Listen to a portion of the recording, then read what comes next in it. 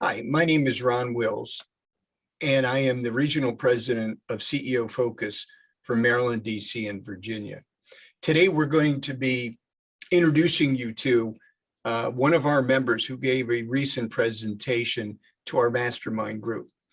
The presentation is on lead generation and marketing, but building a scalable lead gen and marketing program that can grow with the firm from a few million in revenue to 5 to 10 to 20 million in revenue and beyond. This is an excellent study in small business lead generation and marketing. I think you're really going to enjoy it. We're going to be introducing you to Matt Lescault, who is the founder and CEO of Lescault and Walderman, along with Becky Clausen, who is a professional services provider to Lescault and Walderman and the Tributum Group.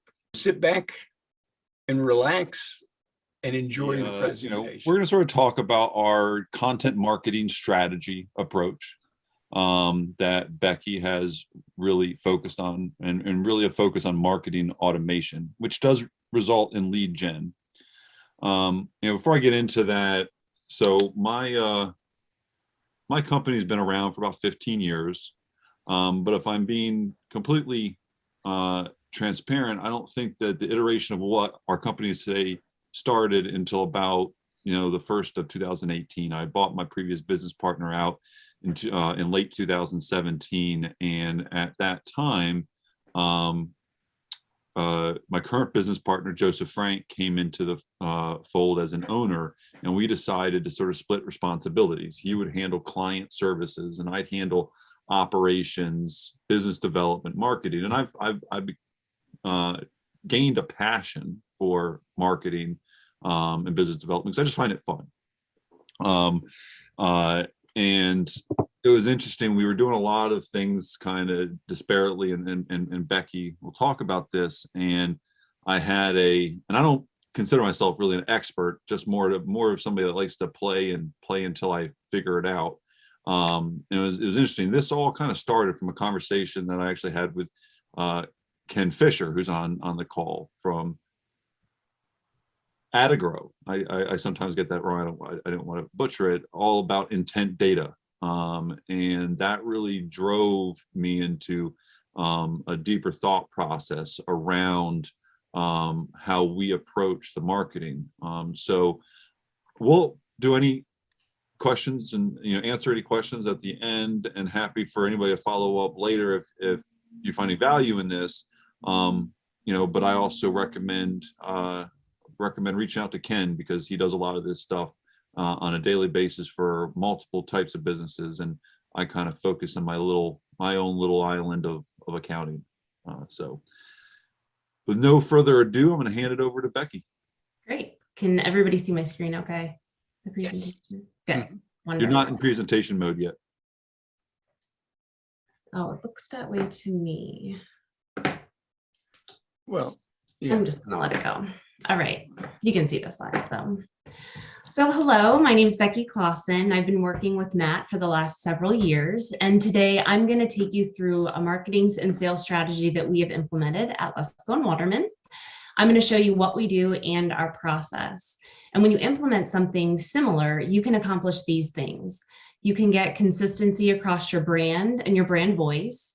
You'll be able to provide a focus and direction for your sales and marketing team. You'll develop targeted marketing collateral that you're going to be able to repurpose, meaning you'll get more value out of each piece you create. You'll be able to exponentially scale your outreach efforts and establish a systematic and efficient process for your marketing efforts. Becky. And importantly, bridge the gap between marketing and sales communications. Becky, I'm sorry to interrupt. Your slides aren't following you. Hang on here. There you go. Oh, got it? Yeah, there you go. All right. Sorry, I don't know why it's not all right, I might just have to manually click it. All right. So, as you all know, we live in a largely virtual world. So your online reputation and credibility is critically important, not only to your audience and your sales process, it's also a key factor for your SEO rankings in Google. When Google agrees that you're delivering good content that people are interested in consuming, they're going to organically deliver more qualified leads to your site where you can invite them into your sales process with downloadables, forms, and other valuable and relevant content, giving you the opportunity to turn those leads into customers.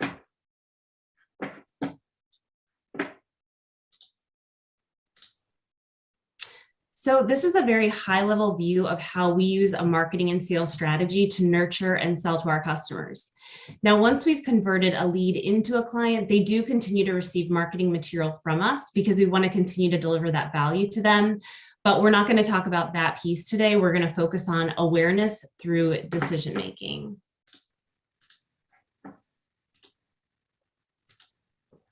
So there are a ton of tools out there, and after a lot of research and comparisons, here's what we decided on. And for those of you who aren't familiar with all of the software, I'm going to do a quick breakdown of each. So Infotelligent is a B2B contact database service that has a lot of different tools and capabilities. We use it in this case to get the sales intelligence to know who is actively researching what online. It has their demographic information and, most importantly, their contact information. SEMrush is a one-stop shop for analytics. We primarily use this for monitoring our digital marketing because it integrates with Google, our sites, and social media. And importantly, in this case, we use it for our keyword and competitive keyword research. Canva is a design tool that we use for nearly everything. It's so easy to use, I almost feel like I'm a graphic designer. It's very affordable and it integrates into HubSpot. You can create anything from social media to videos, presentations, pretty much anything you want. And they have countless templates that can be customized for your brand. Like the name, HubSpot is our sales and marketing automation software hub. It houses our marketing email campaigns, all of the CTAs that we have in those emails, forms on our website, social media, sales sequences. It serves as our CRM tool, and it provides us the automation and the workflows that we need to efficiently run our sales and marketing efforts. All right, so now that we talked about the different tools, let's go through the process. So first, you are going to identify your target. And once you know who you're going after, you're going to gather the demographic and psychographic information about your target to develop what we call a persona profile. This will be used by your team to really get inside the mindset of your audience. You should also take time to decide what your call to action for the campaign will be. For Lescault and Walderman, our goal always is to book an intro meeting so we can do a complimentary accounting evaluation and analysis. Finally, this is a great exercise to do between your sales and marketing team for a lot of reasons. One of them being that the sales team can go through common problems that they're hearing on phone calls, that the audience is facing, and you get to hear how the sales team talks about solving them. And again, this brings us back to like aligning the messaging between your marketing and sales team.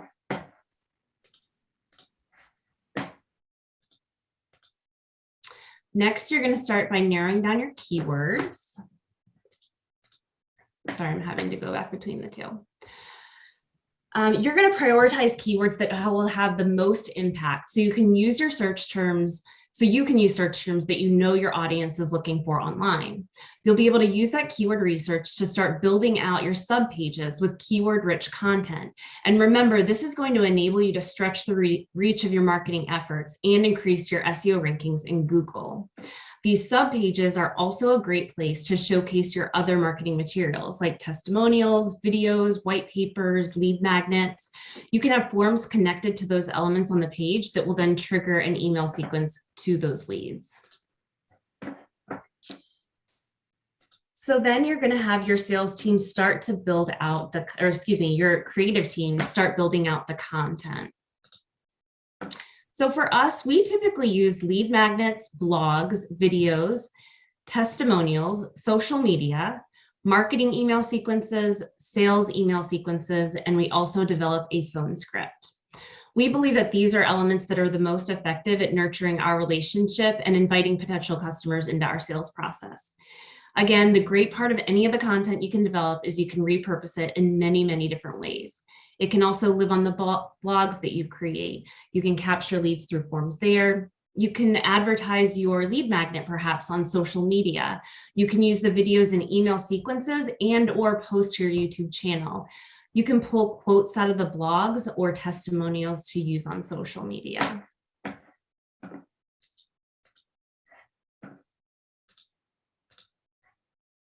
All right, now that you have all of your content created, you're going to start to load and schedule everything into your system. For us, we set everything up in HubSpot. And one of the functions that we wanted to point out and we like the most is that you can actually link everything to a specific campaign. So for example, we have a law firm campaign that every link, every CTA, email, form, it's all connected back to this campaign. And we can look at those metrics in one convenient place. So for Infotelligent, the data is that in HubSpot that you can look at? Yes. Okay. Yep. Yes. For Infotelligent, the data is refreshed every other every other week. So all of our campaigns start on a Monday.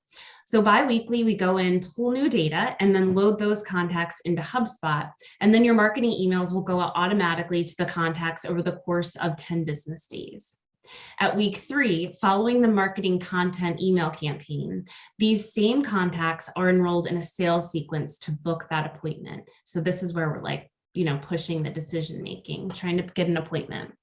Once they're in the sales sequence, that data also goes to our SDR team and they start making personal phone calls to those clients, again, with the shared goal of booking a meeting. Now, if people don't respond during the first campaign, that's okay.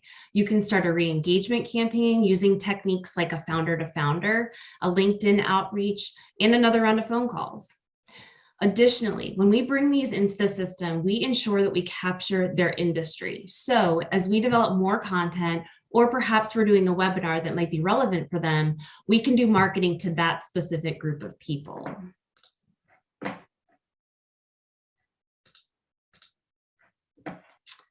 We review metrics in a granular way. We look at open rates, responses, percentage of CTA clicks, and more. And when we look at it, we're looking for how to improve, not if it's working or not.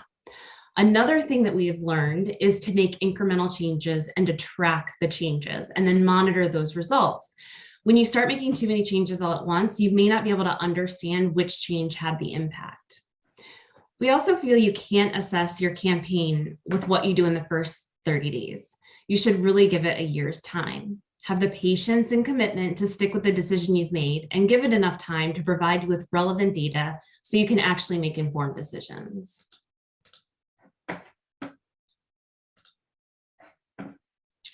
It's really important to keep these things in mind. This is our attempt to take everything we were doing from a marketing and sales perspective and put it into one concise plan that will span over the course of a year. We encourage you to start simple and build on your strategy. Initially, we outsourced a lot of the things we talked about today. First, we used Bant.io to do outbound email. Then we switched to Science and used them for setting appointments. Meanwhile, we had been doing AdWords, content, social, you name it, and it was all in silos. So when we started discussing this concept back in 2020, it took us time to research and secure our tools.